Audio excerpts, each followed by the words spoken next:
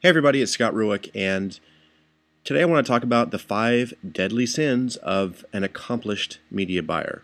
Or said a different way, if you do these sins, you may not ever become an accomplished media buyer.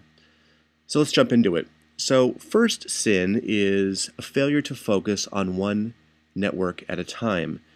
This is probably the biggest sin of all because I'm guilty of it, and most people I know are guilty of it.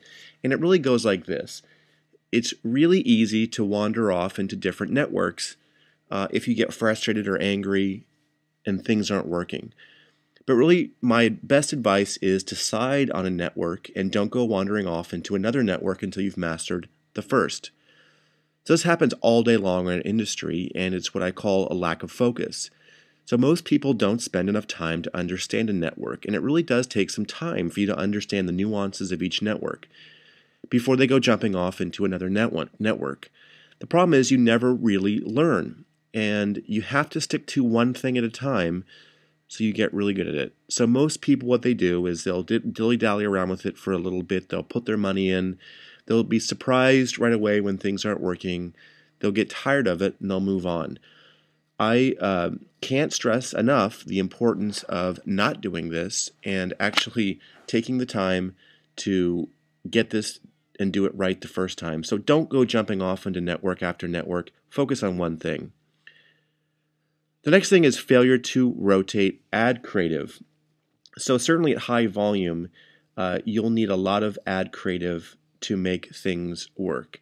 We all know that people's user experiences fatigue over time, and campaigns will run out of steam quickly if they don't change their ad creative.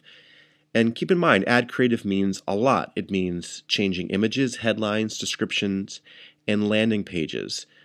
So the best guys I know in the industry are constantly testing and rotating in new creative. Number one, because you always want to understand what's new is working. For example, video landing pages are very hot right now. But also because things get burnt out quickly. So unless you're willing to commit to constantly testing and rotating new ad creative, I think you're going to have a really hard time being a great media buyer. The next thing is too ambitious with design or creative. Said a different way, keep it simple. Don't over-engineer your creative. Engagements and click-through rate on different ad units obviously continue to fall. So most advertisers try to pour more into the creative and make it very complicated for the advertiser, or sorry, for the user to figure out what's going on. So, they spend a ton of time on logo and creative, but really what I've found is oftentimes the ugliest landing pages, the ugliest creative actually works the best. So have an open mind. Don't spend too much time on your design or creative. Finally, I skipped one. I'm going back here. So the next one is using long tail sites and ad networks. And if you follow my guide, you'll hopefully avoid this problem. But look, there's thousands of different ad networks out there. And a lot of these ad networks that are very, very small service what we call long tail publishers, or publishers or websites you'd never even hear about. So with that, the problem is there's a much, much higher incidence of click fraud, impression fraud going on because it's just harder to monitor these small sites. So stick with websites, stick with ad networks that you know about and are high quality. Oftentimes also you can go with an ad network that's an open network, so you actually get to see the sites that you're advertising on. So is 40-cent CPM really a bargain when half of the impressions and 95% of the clicks are fraudulent? Clearly not. So stick to premium distribution. This will increase your brand value, but also deliver you much, much higher ROI. Finally, the last one is a huge one. It goes back to point one, unable to get over the learning curve.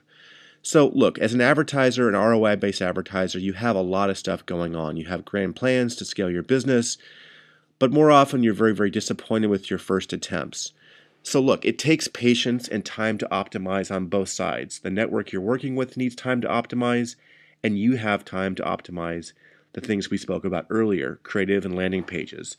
So it's not going to work the first time, most likely. But what most people do is they quit before they get to make money. And that's unfortunate. They'll jump to a different network, they'll jump to a different offer. So you've really got to take the time to get over the initial learning curve, and it's pretty steep. But once you've found that and you have the right set of variables in place, media buying online can be massively, massively profitable. But you just have to spend time and commit to doing it. So those are the 5 deadly sins. Thank you for coming and listening to this short video. If I catch you doing one of these sins, I'll yell at you and tell you not to do them.